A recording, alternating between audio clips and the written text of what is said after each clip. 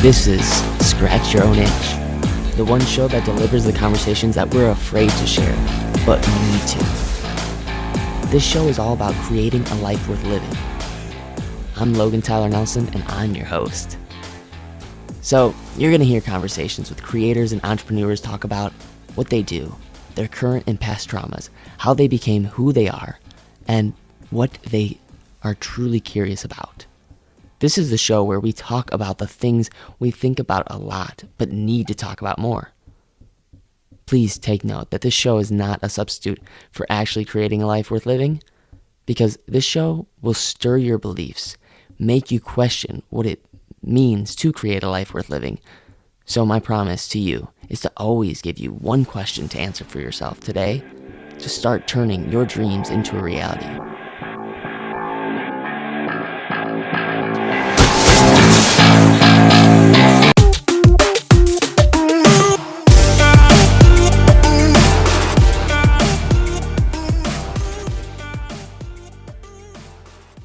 Thank you so much for taking the time to listen to this podcast, because I know you could be listening to so many other things, but you tuned in to Scratch Your Own Itch with me and my guest today, April Beach.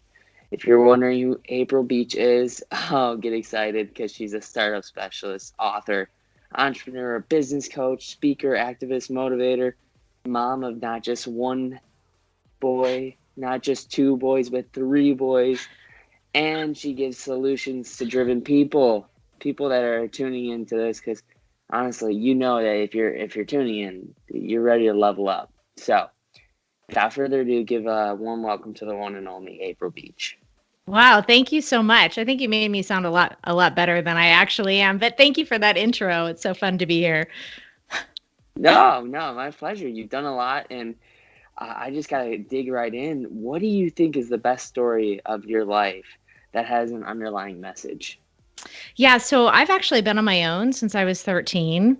And prior to that, my family were lifestyle entrepreneurs. So we had houses in California and Hawaii, and every business that we launched was strategically designed so that we could play and surf was really what it came down to, and travel. And then all of a sudden, my whole family just kind of fell apart when I was 13, and I found myself by myself. But it was so interesting. Even then, you know, the good thing about having that happen to you when you're 13 is you have like this huge ego. And so I thought that, you know, I was uncrushable, which actually worked in my benefit. And I started developing and designing my own life and was, you know, launching my own companies and small different businesses, and then just working odd jobs through that point of time, all the way into my 20s until I actually became a quote unquote like official business coach. So I definitely attribute everything that I do today, and I mean, even how I raise my kids and how I inspire other people to live their life, based on the fact that I had to figure it out at a really, really young age. And I just happened to actually know what I wanted at a young age, which I was really fortunate for that. That is very, very rare that you knew at a young age. But I think that loneliness actually, it kind of puts you in a space or like a hole where you go, I've got to figure it out fast. No one's going to give it to me. I need to roll with it. So that's like super, super weird how sometimes someone's greatest weakness becomes their greatest strength, but it's a nice paradigm that we sometimes find ourselves in, right? Yeah, it's totally a blessing in disguise for sure. Yeah. What do you think is the best piece of overall business advice that you've ever gotten? Oh, that I've ever gotten. You know, I think that I'm a huge Simon Sinek follower, and I really think that I always knew that my purpose drove what I was doing, but it never really fell into a business strategy. I never really stopped to actually pay attention to that until I really discovered his work. And I believe that purpose drives everything we do, and why we do what we do is more important than what we do itself. And so I actually try to live by that and consult my clients to follow that as well. And I still today think by far that that's the best business advice I ever received. Yeah. Oh, I cannot agree with you more than anybody else, because it's starting with why is like just it's huge. And when I actually ask people like that are going to real estate, sometimes I'll meet people that are like, yeah, I'm gonna get my broker's license. I really do dig into them, and I go, you've been told to do this because you make money, but why do you really want to do it? Right. Why? You know? Right. Right, because business is hard and startup is hard. And if you don't love it and, so much to the point where you do it for free, not that you're going to, but that you would, then it's not going to fly. It's a long, bumpy road and it's not always perfect. You got to love it for sure. And it has to come from within. I totally believe that. Yeah. April, I'm so happy we're having this conversation because like, that is so there's so much illusion out there on the internet, but that rings true. If you're listening to this and you hear that and you have time to put this on pause and put one hand on your heart and the other hand on your stomach and just breathe in and really, on the exhale, ask yourself why you're doing what you're doing. And if you can't think of something, then stop. Don't keep following it. But I want to get into, if you could give yourself just a little piece of wisdom from 5 years ago, even, what would you want to say to yourself? Truthfully, that I should have started pushing myself out to speak on stage earlier. Really. Well, even when I wasn't ready to do it, even when I was scared, that's what I would have told myself 5 years ago, that, it's kind of like this fear that gets in your way. Speaking is such a big thing that I think so many people, even really accomplished entrepreneurs, are afraid of. And I've been afraid of it for so long. And finally, I've just kind of started realizing that it's actually not about me. And it's about the message that needs to be shared and the people that are out there that I'm strategically in some interesting way designed to share that message with them, and that they've been waiting for a long time. And how many people have missed the message that they perhaps needed to hear because I couldn't get out of my own way, So I think that that's the biggest advice. I've always been good at doing things I'm afraid of. I actually kind of thrive for some strange reason under fear, but that's the one thing that I have regretted for a long time. And so that's the one thing I'm really forcing myself into do. I already started here in 2018 and much more in 19 for sure. Wow. I'm so happy that you can be so transparent with that and just be like, heck, it's not about me. And to realize that it's not about you, and to know that your message matters. And really, like, that is a key to success that I wish they taught you in first grade and drilled that into your head more often. I try to tell my boys that. Yeah, I'm always like, it's not about you. Sometimes it has nothing to do with you. Even like the biggest struggles we go through. I mean, there's in the big picture, sometimes, we're called to go through those things in order to serve and help other people. And that's a really hard pill to swallow because we want it to be about us, especially when things hurt, especially when things are hard. But a lot of things, even the tough things in our life, sometimes have absolutely nothing to do with us, Yeah, and in a way, actually, I think it alleviates some pressure from you if you do just kind of go, it's not about me.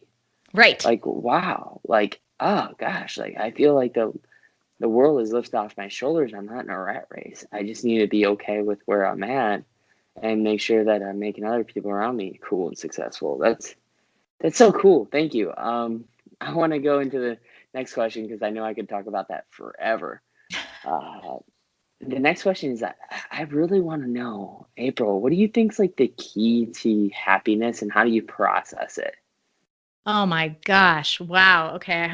I wish I should say I had thought about this question before the interview. Gosh, the key to happiness, I really think, is being true to ourselves. And that's also something that's really scary, but it's giving ourselves an opportunity to stop and really figure out what makes us happy. My message that I share is smashing the box that's built around us. I call it burning the picket fence. And that is really developing life based on what you want, based on what makes you happy, and based on what, makes your heart beat or your heart flutter.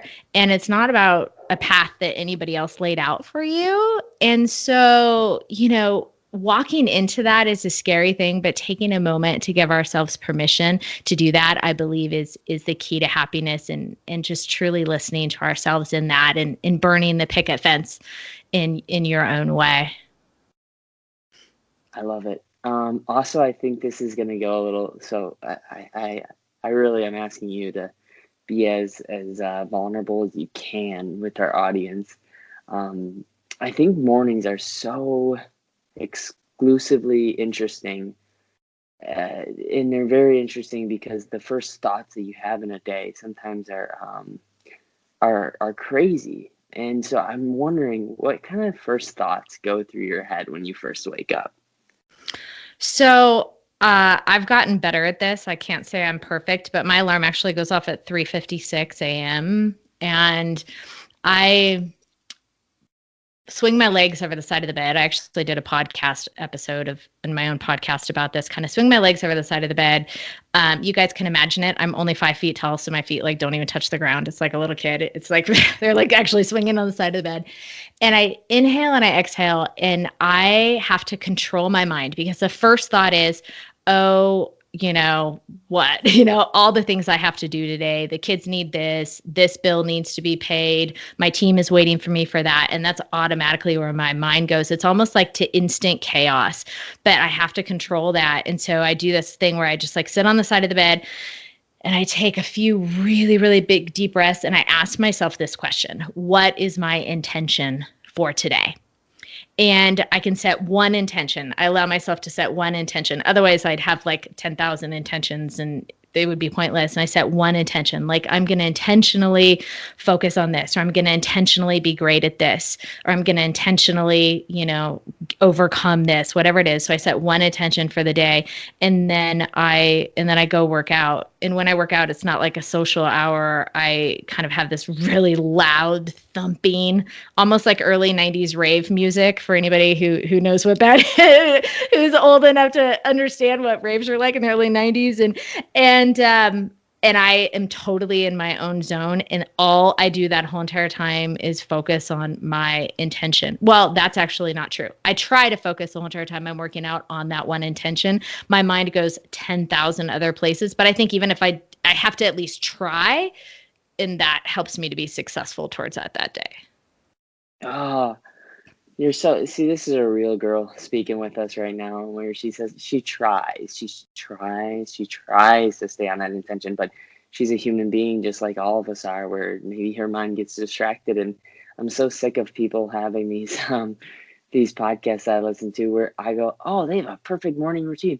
Oh, right. They have a perfect workout. And so it's like, the whole point of it is like, you're like all of us, and like you're super, super killing it right now. And so if people are listening to this, I got 3 more questions. The third to last question is, where can people find more of April Beach? Yeah, sure. So you guys can connect with me. I'm the host of the Sweet Life podcast. It's one word, Sweet Life.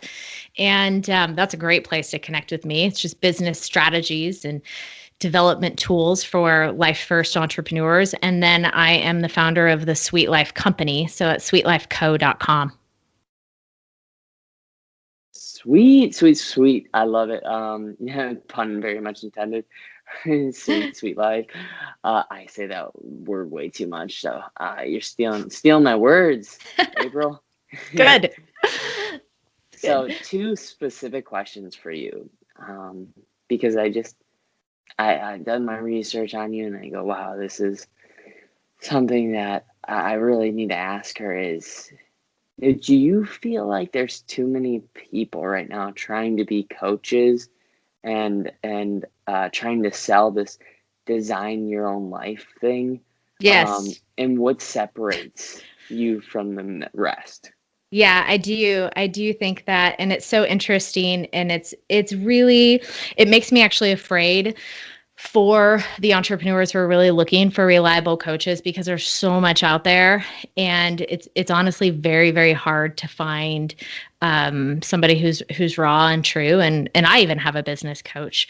I believe very much in investing ourselves in coaching. I've been a business coach and strategist for 21 years. And I really think it comes down to having somebody tell you it's not going to be perfect, but also being able to follow and learn from somebody that has a system that you can see that they have done it. And their system is not selling you a coaching program. Their system is they've built profitable businesses and they've sold them similar to the ones that you want to do. And there's a lot of noise out there. And I'm actually worried for the new entrepreneurs because I've had a lot of people, come along the way and just saying, oh my gosh, I spent all this money on this coach and I have a great looking Instagram account, but no products, no signature offer, nothing to sell, no funnel, and no message that really aligns with my life, no profit plan. And so I think that, I'm very transparent and raw. You guys can hear that when you listen to my podcast. I'm not the right coach for everybody. I am very, very, very like no holds barred. I say it like it is. And that I'm also not the right coach for everybody, but I don't think that people should buy into perfection because that is a sham, to be honest. I'm so happy you just said that, April, because honestly, I feel like there's so many people out there that are doing these coaching programs. Yeah, I just put out a LinkedIn post about, sometimes you gotta find your haters first. And to know as a business owner, sometimes you gotta go, who can I not sell? Who should I not sell to? Because then you can really weed out who you are right for. Because I'll tell you what, when you first start out, you think you can sell anybody, and that's just wrong. Or your content's going to speak to everybody, and that's wrong too. So to really just weed that out, and I love how you say, in your answer, I know I'm not a coach for everyone, and I have over 21 years of business experience and strategy to know that I'm a coach for just these subtype of people. But the last question I want to leave us out on, because I think I think answers are so important, but I find questions to even be more important. Scratch your own itch. It's all about curiosity. So do you think you could leave the listener with a self-inquisitive question? If you need an example upon that, I could give you one, but I think you know what I mean. Yes, I would love to do that. I would love for you guys to ask yourself, when I am, like, not to sound morbid, but this is really, really powerful. I ask myself this same question all the time. When I am done with this life here, am I going to regret not going for it? Am I going to regret doing something the way somebody else had wanted me to rather than my own way? And am I going to regret not giving or impacting the way that deep down inside I know that I am supposed to be? So just really imagine that. Imagine being there. We never know how long we're going to be here on earth. It could be when you're way old and gray and you did awesome. It could be next year. We just don't have any idea. I just never want to have any regrets, which is a real tall order, But I just think that's an important question to ask ourselves, because I think that business is an avenue to walk into our purpose if we listen to ourselves, truly figure out what our why is, and define our business and our life accordingly, that it certainly can be. I don't think we can round it out any better than that. Again, thank you so much, April, for coming on the show. Please check out our podcast. If you hear this and you go, I want to just listen to the next thing, I really want to ask you to don't do that, because that's where all these crazy, awesome, motivational podcasts they can actually hurt you instead of help you. If you actually take time, maybe it's not the right time because you're driving, or maybe you're working out, but schedule a time to actually do some of these things that April and I talked about, and it really does work if you just believe in it. The most profitable thing in the world is belief. So thank you so much again, April, for coming on to the show. Hit the subscribe button if you appreciate this. If you found this at all inspiring or inspirational or informative, or you feel like you need to share this with a friend because of the vulnerability that April just shared out on her own life and shared with us, like, yes, please do. So again, virtual huge hug to you, April. Thank you so much for being on the show. Thank you. Thanks for giving me a chance to share. I really appreciate this show and your transparency because it's not easy to find in media. So thank you. Oh, my pleasure. Absolutely. There'll be girls across the nation that'll eat this up. Babe, I know that it's your soul, but could you bottle it up? Get down to the heart of it. No, it's my heart. Your shit out of your luck. Don't make me tell you again. Woo! Love, love, love. Hey. Love, love, love, love. Oh, wow. You made it to the very end of the show. Thank you so much for tuning in for another episode of Scratch Your Own Itch with your host, Logan Tyler Nelson. To make it to the end, gosh, that doesn't happen very much nowadays. I mean, especially with the constant distraction. So, I appreciate all of the efforts that you just took out of your day to make it to the end. And if you hit that subscribe button and leave a review, you would have no idea what that would mean to me. So thank you so much for taking the time to hit that subscribe button. And if you leave a review, check it out.